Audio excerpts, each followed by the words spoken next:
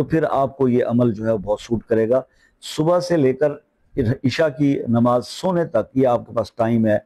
आप कोई एक टाइम अपनी मर्जी का मुंतखब कर ले, अपनी मर्जी से चुन ले, जिसमें आपको तसल्ली से टाइम होता हो कि जी मैं जोहर टाइम या असर टाइम या फजर टाइम या इशा के वक्त में मैं फारिग होता हूँ, मैं तसल्ली से कर सकता हूँ, वो एक टाइम चुन लें।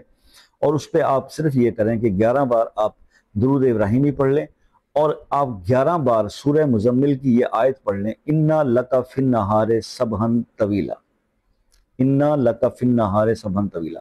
ये आयत आप पढ़ लें 1100 बार और अपने रिस्क के लिए, अपने कर्ज उतरने के लिए दुआ करें और फिर 11 बार दूसरी पढ़ लें। इस अमल को कंटिन्यू रखें 40 डेज। आप अपनी मौजूदा इस्तात भी नोट फरमा लें कि इस वक्त आप यहाँ कहाँ पे खड़े हुए हैं, कितने पैसे आपके वॉलेट में है या आपके बैंक अकाउंट में है। 40 दिन ये अमल कर लें और उसके बाद फिर भी कैलकुलेशन कर लीजिएगा, वाज़ेह फ़र्क आपको नज़र आ जाएगा। और अगर बेहतरी नज़र आ